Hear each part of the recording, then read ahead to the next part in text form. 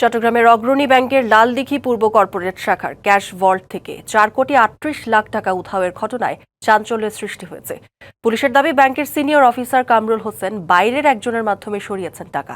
যদিও এ বিষয়ে আনুষ্ঠানিক কোনো বক্তব্য দিতে নারাজ ব্যাংকের কেউই। চট্টগ্রাম নগরীর লালদিঘিতে জেলা পরিষদ ভবনের দ্বিতীয় তলায় অগ্রণী ব্যাংকের কর্পোরেট শাখা। গেল 9 আগস্ট নিয়মিত ব্যাংকিং কার্যক্রম ও লেনদেন শেষে নগদ অর্থের হিসাব এবং ভল্টে সংরক্ষিত নগদ অর্থের হিসাব মেলানোর সময় 4,38,00,000 টাকা গরমিল ধরা পড়ে। এই ঘটনার পর মামলা করেন শাখার জিএম মোস্তাক আহমেদ। এতে শাখার ক্যাশ ও ভল্টের দায়িত্বে থাকা কামরুল হোসেন ও তার পরিচিত জাফরুল্লাহ তানভীরের নাম উল্লেখ করে অজ্ঞাত আরও কয়েকজনকে আসামি করা হয়।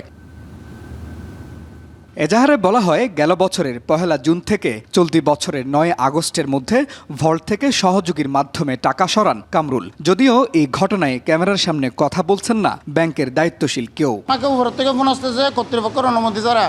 আমি কেন কথা বললাম, আপনারা হোটেল আগ্রাবাদে যান, কালকে হোটেল আগ্রাবাদে ওখান থেকে আমরা সব টাকা নাকি কত লক্ষ টাকা নিয়ে গেছে আমি এটা বলতে পারতেছি না।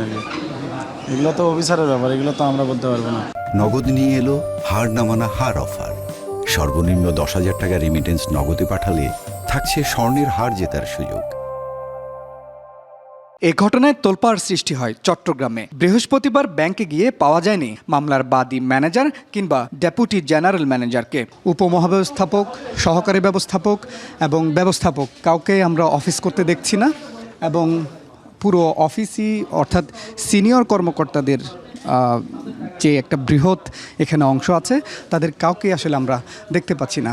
সব মিলে বলা চলে এই ঘটনায় এক প্রকার চাঞ্চল্যের সৃষ্টি হয়েছে এবং ব্যবস্থাপক থেকে শুরু করে উপব্যবস্থাপক এবং সহকারী ব্যবস্থাপক যারা আছেন তারা কেউ অফিস করছেন না। মামলার পর 10 আগস্ট আসামি কামরুল হোসেন ও জাফরুল্লাহ তানভীরকে গ্রেপ্তার করে পুলিশ। জব্দ করা হয় 2টি মোবাইল ফোন, হোয়াটসঅ্যাপে যোগাযোগ ও তথ্যের রেকর্ড সহ 64 জিবির একটি পেন ড্রাইভ। যে দুইজনকে আছে ওনাদেরকে জিজ্ঞাসাবাদ করি। জিজ্ঞাসাবাদ করার পরে তারপর তারা ঘটনার কথা স্বীকার করে। কামরুল হলো ব্যাংকের কর্মকর্তা, স্বীকার করে।